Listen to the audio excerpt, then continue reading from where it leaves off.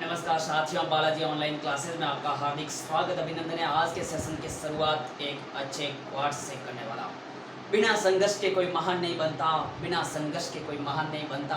पत्थर पर जब तक जोड़ न पड़े तब तक पत्थर भी भगवान नहीं बनता। जिंदगी में आप कितनी बार हारे हो ये कोई मायने नहीं रखता, क्योंकि आप जीतने के लिए पैदा हुए हो।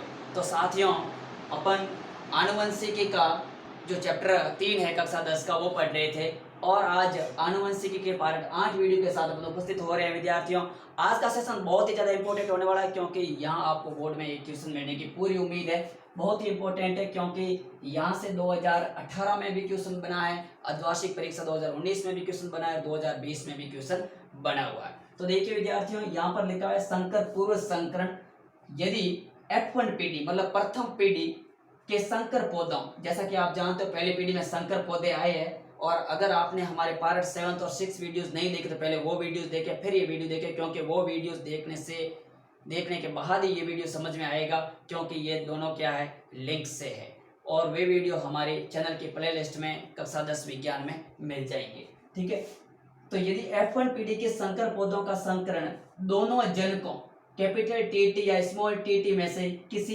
एक के साथ करवाया जाए तो उसे संकर पूर्व संकरण कहा जाता है। कल जो अपन ने पृथक्करण का नियम पढ़ा था, युग्मकों की शुद्धता का नियम पढ़ा था, उसके आगे का यह टॉपिक है। ठीक है, और पृथक्करण का नियम तो क्वेश्चन लगभग कथन के रूप में पूछा जाता है, लेकिन वहां प्राय कम आता है और यहाँ से क्वेश्चन क्या आता है, ज्यादा आता है। अब देखिए, संकर पूर्व संकरण में कितने प्रकार का होता है? 2 प्रकार का होता है, एक है बाह्य संकरण और एक है परीक्षण संकरण। ठीक है, तो मतलब ये है कि इसके संकर पौधों का संकरण अपन किससे करवा रहे हैं? या तो आप प्रभावी जनक ले लो कैपिटल टी या स्मॉल टी अप्रभावी जनक ले लो, तो दोनों में से किसी एक के साथ करवाया जाए तो उसे क्या बोलते हैं? संकर पूर्व संकरण। अब देखिए, यदि पहले जो संकर पौधे उनका संकरण अगर प्रभावी जनक से हो जाए तो कौन सा संकरण होगा, और अप्रभावी जनक के साथ हो जाए संकरण तो फिर कौन सा आपका संकरण होगा? वही चीज अपन क्या करेंगे, इस वीडियो में अध्ययन करेंगे। तो यहाँ आगे टॉपिक है कि संकर पूर्व संकरण 2 प्रकार का होता है। यह 2 प्रकार का होता है। ठीक है, ये 2 प्रकार का होता है। पूरा मैं प्रकार पहला यहां से शुरू करूंगा ताकि यहां तक अपन का पूरा आ जाए। ठीक है, तो इसका पहला टाइप्स है बाह्य संकरण। क्या है? बाह्य संकरण ये परीक्षा की दृष्टि से वेरी वेरी इंपॉर्टेंट है, क्योंकि 2018 में यहाँ से क्वेश्चन पढ़ चुका है। ठीक है, और प्राय क्वेश्चन आता ही रहता है। तो यहाँ पर कथन होगा, यदि प्रथम पीढ़ी से प्राप्त संकर पौधों का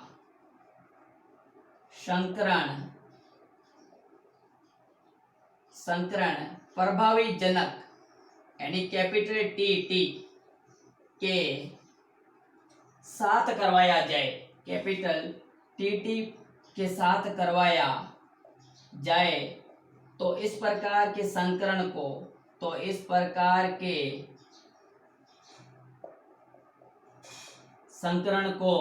बाह्य संकरण कहते हैं। इस प्रकार के संकरण को बाह्य संकरण कहते हैं। कि यदि प्रथम पीढ़ी से प्राप्त पौधों का संकरण किससे करवा रहे हो? प्रभावी जनक के साथ करवा रहे हो, तो इससे जो संकरण आएगा या इस प्रकार का संकरण क्या कहलाएगा? बाह्य संकरण कहलाएगा। अब देखिए, यहां पर देखिए, आप लिखोगे प्रथम पीढ़ी, जो आपकी प्रथम पीढ़ी है F1 पीढ़ी। F1 पीढ़ी में कौन था? कैपिटल टी और स्मॉल टी। इसको क्या बोला था? संकर पर्वती का पौधा या विषम युग्मी। क्या बोला था? संकर पर्वती या क्या बोला था? विषम युग्मी। इसका संकरण आप किससे करवाओगे? प्रभावी जनक के साथ करवाओगे। ये प्रभावी जनक है, कैपिटल टी शुद्ध लंबा कहा गया मेडल है। अब इनके मध्य क्रॉस कराओगे तो आपको क्या होता है? 50% लंबे और 50% बौने पौधे प्राप्त होते हैं। 100% लंबे पौधे प्राप्त होते हैं। ठीक है, तो देखिए कैसे करवाना क्रॉस। आप इसको मैं मिटा रहा हूं, आप नोट कीजिए। इसके बाद देखिए, अब देखिए यहां प्रथम पीढ़ी है, ये प्रथम पीढ़ी के क्या है, युग्मक है, प्रथम पीढ़ी के युग्मक है। ठीक है, ये प्रथम पीढ़ी यहाँ ऐसे लिखिए, इससे युग्मक बन गया, एक तो ये टी और एक ये टी। इसका अपन क्रॉस किससे करवाएंगे, प्रभावी जनक के साथ करवाएंगे, क्योंकि यही पढ़ा नियम है कि यदि प्रथम पीढ़ी से प्राप्त पौधों का संकरण प्रभावी जनक के साथ करवाया जाए तो इस प्रकार के संकरण को क्या बोलते हैं, बाह्य संकरण कहते हैं। ये टी आपको क्या करना है, ये जो आपका प्रभावी जनक है वो इस प्रकार से यहाँ लिख दीजिए, और जो ये युग्मक बने, क्योंकि दोनों युग्मक क्या हो जाएंगे, अलग अलग हो जाएंगे, इसीलिए पढ़ा था युग्मकों की शुद्धता करनी। यहाँ युग्मक यहाँ भी अलग अलग हो रहे हैं, कौन सा संकरण, बाह्य संकरण, और आपको युग्मक यहाँ इस प्रकार से लिखने हैं। ठीक है, अब देखिए क्या करना, अपन को क्रॉस करवाना है इसके मध्य, यहाँ आप क्रॉस करवा दीजिए।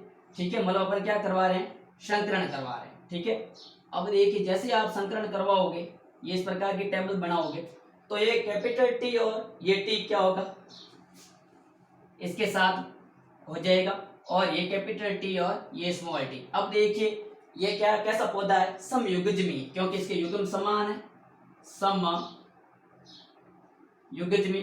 ठीक है, ये कैसा है, विषम युग्मी, कैसा है,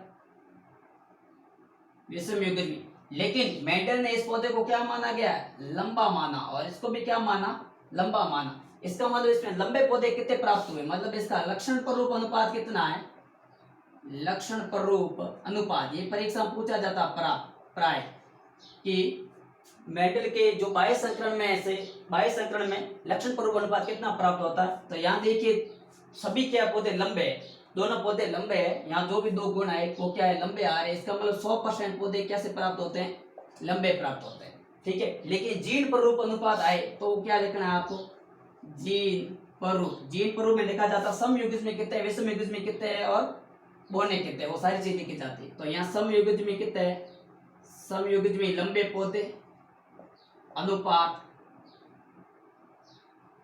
विषम युग्मी, अनुपात विषम युग्मी, यहाँ समझ लेना कितने समयुग्मी, टी और ये स्मॉल टी कितना, 1:1। तो इसका मतलब जीन प्ररूप अनुपात कितना प्राप्त होता है, 1:1, और लक्षण प्ररूप अनुपात क्या है, 100% लंबे पौधे प्राप्त हुए, यानी सभी पौधे लंबे प्राप्त हुए। तो बाह्य संकरण क्या था कि यानी प्रथम पीढ़ी से प्राप्त संकर पौधों का संकरण यदि प्रभावी जनक के साथ करवाया जाए तो इस प्रकार के संकरण को बाह्य संकरण कहते हैं। इस संकरण में 100% पौधे लंबे प्राप्त होते हैं, जिसका लक्षण प्ररूप अनुपात 100% रहता है, और जीन प्ररूप अनुपात क्या रहता है, 1:1 रहता है। ये इसका क्या है, शेकर बोर्ड है। ठीक है, ये परीक्षा की दृष्टि से इंपॉर्टेंट। आगे देखिए परीक्षण संकरण क्या होता है। देखिए जब प्रथम पीढ़ी के साथ प्रभावी जनक आया तो हुआ बाह्य संकरण, अब अप्रभावी जनक जैसे आएगा क्या हो जाएगा, परीक्षण संकरण। और परीक्षण संकरण जो है इसका पार्ट है परीक्षण संकरण, ये टेस्ट क्रॉस बोलते हैं, परीक्षण संकरण। ये हाफ ईयरली परीक्षा 2019 में क्वेश्चन बन चुका है, अभी हाल ही में वार्षिक परीक्षा 2020 में भी यहाँ का क्वेश्चन या परिभाषा पूछा गया। ठीक है, तो देखिए यदि प्रथम पीढ़ी से प्राप्त, यदि प्रथम पीढ़ी से प्राप्त संकर पौधा लेते ये लिख दो, संकर पौधों का संकरण अप्रभावी, अब की बात जनक कौन सा अप्रभावी, एक ही शब्द सेंस करना, वहां प्रभावी था यहाँ अप्रभावी। यदि प्रथम पीढ़ी से प्राप्त संकर पौधों का संकरण अप्रभावी जनक लिखते विद्यार्थियों ये स्मॉल टी लिखोगे, क्योंकि अप्रभावी गुण को दर्शाता। यदि प्रथम पीढ़ी से प्राप्त संकर पौधों का संकरण अप्रभावी जनक के साथ करवाया जाए, के साथ करवाया जाए तो इस प्रकार के संकरण को, तो इस प्रकार के संकरण को परीक्षण संकरण कहते हैं, परीक्षण संकरण कहते हैं। अब की बात क्या करना, जो प्रथम पीढ़ी से संकर प्रजाति के पौधे हुए उनका संकरण आप किससे करवाओगे, स्मॉल टी मतलब अप्रभावी जनक के साथ करवाओगे, और अप्रभावी जनक के साथ जैसे भी करवाओगे तो ये संकरण क्या कहलाएगा, परीक्षण संकरण कहलाएगा। आइए इसका शेकर बोर्ड द्वारा समझते हैं, इसका आप स्क्रीनशॉट ले सकते हो या कॉपी मेंटेन कीजिए। अभी भी विद्यार्थियों आपने मेरे चैनल को लाइक सब्सक्राइब और शेयर नहीं किया तो कृपया लाइक करें, सब्सक्राइब करें, शेयर करें, क्योंकि आपका एक लाइक सब्सक्राइब और शेयर हमें मोटिवेट करता है। देखिए इसका शेकर बोर्ड पढ़ते हैं, शेकर बोर्ड सारणी क्या बनेगी, किसकी, परीक्षण संकरण की।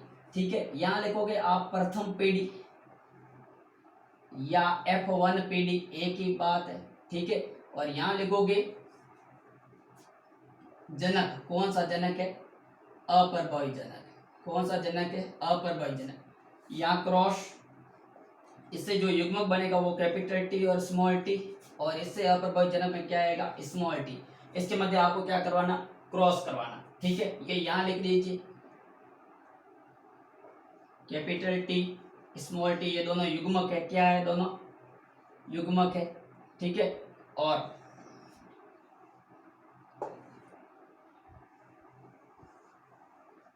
इसमें से अप्रभावी जनों को यहाँ ले आइए, यहाँ बीच में क्रॉस का चिन्ह लगा लीजिए, मल्टीप्लाई कीजिए। ये बड़ा टी, ये छोटा टी, ये छोटा टी और ये भी छोटा टी। देखिए ये कैसा है, विषम युग्मी है। कैसा है, विषम युग्मी, क्योंकि इसके दोनों जोड़े समान नहीं है और इसके दोनों ये टी समान, इसलिए क्या विद्यार्थियों, समयुग्मी। क्या है, समयुग्मी। लेकिन इसको शंकर पर्वती का पौधा भी कहते हैं, लेकिन माना कैसा जाता है, लंबा पौधा माना जाता है। इसका मतलब ये क्या है, लंबा है, और ये क्या, बिल्कुल बौना है। तो आपको कोई पूछे कि लक्षण प्ररूप अनुपात क्या होता है, लक्षण प्ररूप होता है किसी सजीव की बाह्य प्रकृति का जिसमें बाहरी गुण आप क्या देख रहे हो, सीधे सीधे बाहरी गुण देख रहे हो, अंदर जीन नहीं देख रहे, बाहरी रूप से दिख रहा है लंबा पौधा। क्या है, तो लंबा, यहाँ लंबा कितना प्राप्त होता है और बौना कितना प्राप्त हुआ, देखना। बौना कितना प्राप्त हुआ, एक हुआ, और सॉरी लंबा कितना प्राप्त हुआ, एक, और बौना कितना प्राप्त हुआ, एक हुआ। तो लक्षण और प्ररूप अनुपात क्या है, 1:1। इसी प्रकार जीन प्ररूप अनुपात, ये इंपॉर्टेंट है। देखिए जीन प्ररूप अनुपात कैसे निकालते हैं, यहाँ देखिए विषम युग्मी कितना है और समयुग्मी कितना है। ये विषम युग्मी अनुपात, समयुग्मी, इसमें अपन क्या गहराई में जा रहे हैं, जीनों तक जा रहे हैं। विषम युग्मी कितने पौधे, एक ही है, ठीक है। ये और समयुग्मी ये एक है, तो 1:1, मतलब इसका जीन प्ररूप अनुपात 1:1, और विषम सॉरी लक्षण प्ररूप अनुपात भी क्या होता है, 1:1 प्राप्त होता है। तो बहुत ही सिंपल है ये लॉजिक है, और इसको क्या करें आप बिल्कुल अच्छे से परीक्षा पढ़ के जाए, क्योंकि यहाँ से क्वेश्चन बनने की पूरी उम्मीद है। बिल्कुल सरल है। पहला बाह्य संकरण था, बाह्य संकरण में अपने पहली पीढ़ी का संकरण किससे करवाया, प्रभावी जनक के साथ करवाया। और दूसरा है परीक्षण संकरण, इसमें अपन ने पहली पीढ़ी का संकरण किसके साथ करवाया, अप्रभावी जनक के साथ करवाया, मतलब बौना गुण है जो स्मॉल टी है। क्योंकि आपने अप्रभावी और प्रभावी के बारे में अपन पहले शब्दावली में जान चुके हैं। प्रभावी लक्षण कौन सा, अप्रभावी कौन सा है। प्रभावी लक्षण वे लक्षण होते हैं जो अपने आप को पहली पीढ़ी में अभिव्यक्त कर पाते हैं, अप्रभावी वे होते हैं जो अपने आप को पहली पीढ़ी में अभिव्यक्त नहीं कर पाते, क्योंकि यहाँ बौनेपन का लक्षण कौन से क्या हो रहा है, प्रकट हो रहा है। ठीक, तो आज के लिए इतना ही। इसके बाद हमारे अगले सेशन में बहुत ही इंपॉर्टेंट एक नियम आ रहा है आपके लिए, स्वतंत्र अपव्यय का नियम। तब तक के लिए विद्यार्थियों ये वीडियोस देखिए, चैनल को लाइक कीजिए, सब्सक्राइब कीजिए, शेयर कीजिए। इसी आशा के साथ जय हिंद, जय वंदे मातरम, धन्यवाद।